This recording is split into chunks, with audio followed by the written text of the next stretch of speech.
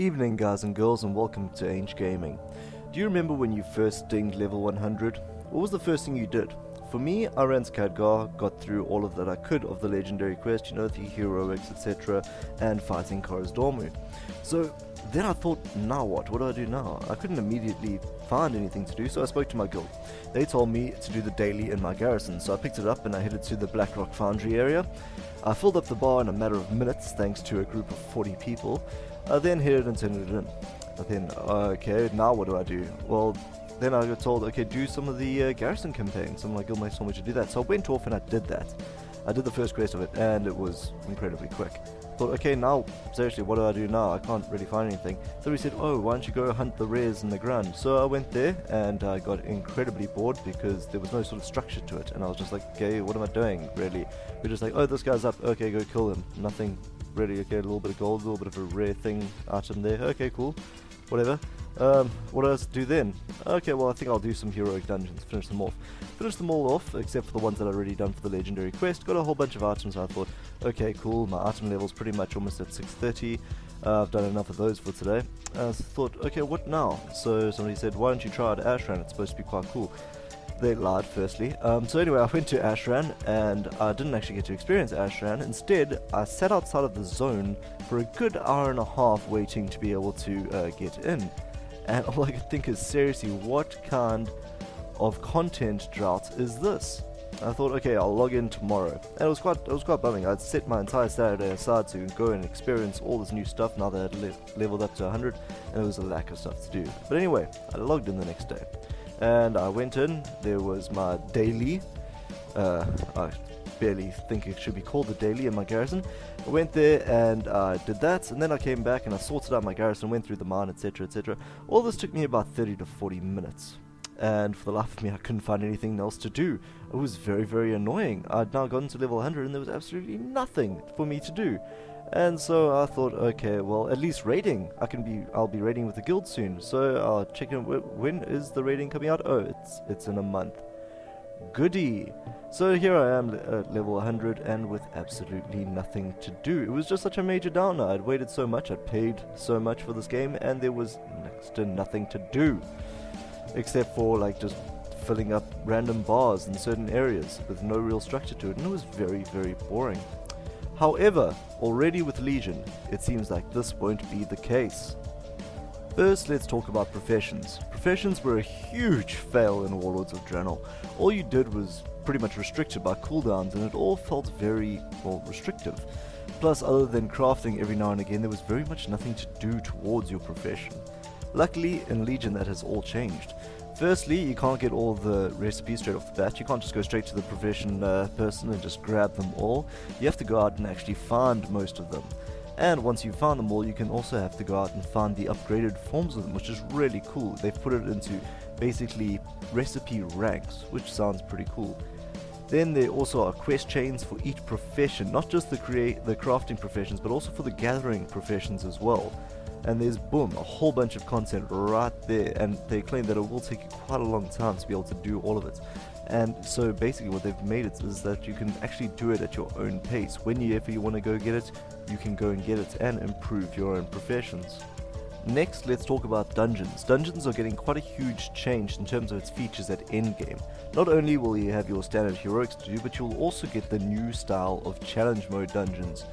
Instead of running through a dungeon with scaled down gear trying to beat one of 3 timers, you'll have much more of a lenient timer, which they say will be slightly more lenient than the current silver time, and you'll have to go through the dungeon with a whole host of new challenges placed in the dungeon. Challenges such as every mob that gets down to below 30% becomes enraged and does 100% extra damage. Or every newly defeated mob explodes after 4 seconds, and that's just the tip of the iceberg. They're claiming a hell of a lot more that will go into these different challenges, and they'll be mixed and matched so that you never know what you're going to get. So it might end up being that you'll have to both CC certain mobs as well as trying to specifically place them so that they don't explode at the same time. It will be really cool to watch it all come out and see the different combinations that they'll be creating for us. And then there's also adventure mode. It worked quite well in Diablo 3, and will it work here? Well, I truly believe that it will. The idea is that you get to your table in your order hall and you select a quest from there to go on, and I think you can select more than one at a time. You'll go to a specific area and you'll go and start doing these quests, which will mainly be kill 17 of this, kill 3 of these, but they will have a little bit of story behind them. And those quests are also changing constantly. Some are up for 2 hours for you to do, while others will stick around for up to a week if they're especially sort of rare and only come around once in a while. So you will head over to whichever quest you want to do and you'll complete it for a nice reward. And what is this reward? Well, it could be a number of things: artifact power, gold, a rare pet, a rare mount, a little bit of gear that you need if you don't have your trinket yet. There are hosts of these quests in each of the new zones, and they will be spread out throughout the entirety of the zones thanks to the new leveling mechanic in which everything scales up with you. So basically you'll be able to go out and do all of these things in a whole bunch of hosts of new areas, so that it'll be very rare if you ever get to the same place twice in a row, which is really cool to see. So there are hosts of these quests in all the different zones, and it looks like it's a hell of a lot of content to do, which is really exciting. And now that I mentioned order halls, I might as well get into what the order halls will be having access for you to do. Firstly, you'll get a whole bunch of class specific quests that might be a little bit gimmicky, plus with other different features, such as for rogues there'll be a little bit of pickpocketing quests. Warriors will have their own arena in which they can spar against other warriors, which will be really cool. But there's also going to be a whole bunch of NPCs that will come to your class hall and ask you to deal with quests in certain areas. And by completing each of these, you'll earn rep for that faction, as well as 1 or 2 other cool rewards. And there's not just that. Also, your new champions will have quests of their own for you to join them on. Each champion is going to be given a backstory and some actual character, as opposed to the garrison followers, which had basically no character development or any actual character. So there's a whole bunch of extra quests for you to do just with them. And now, let's move on to the artifact weapons. So for artifact weapons, basically throughout the entire expansion we're going to be building this weapon of mass destruction by doing all these quests and putting effort into designing how and when and what we want to do to upgrade it, which is really cool. It'll have at certain stages its own special quests that you'll use to go on there and do certain things. You might have to go and kill somebody who killed the previous owner.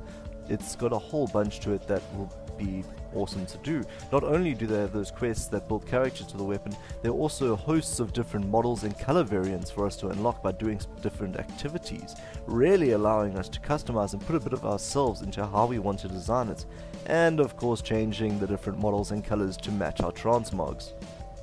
There's also PvP with a whole new different talent system that PvP will offer, which is specific to the PvP section, as well as the different artifact models that will be restricted only to those who have completed certain PvP tasks, which is really cool. Building this up and taking it down and getting PvP ranks and designing how exactly you're going to play with your PvP spec will be really cool. As somebody who doesn't actually play PvP that often, except through sometimes leveling up, I'm very excited to actually try this at Endgame and see how it works out. It's looking really cool.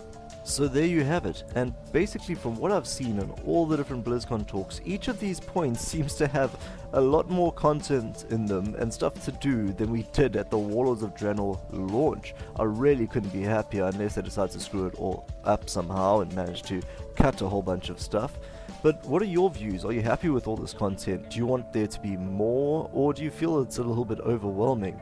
Thanks so much for watching, guys. If you enjoyed this video, please rate it thumbs up and subscribe, and I'll catch you next time.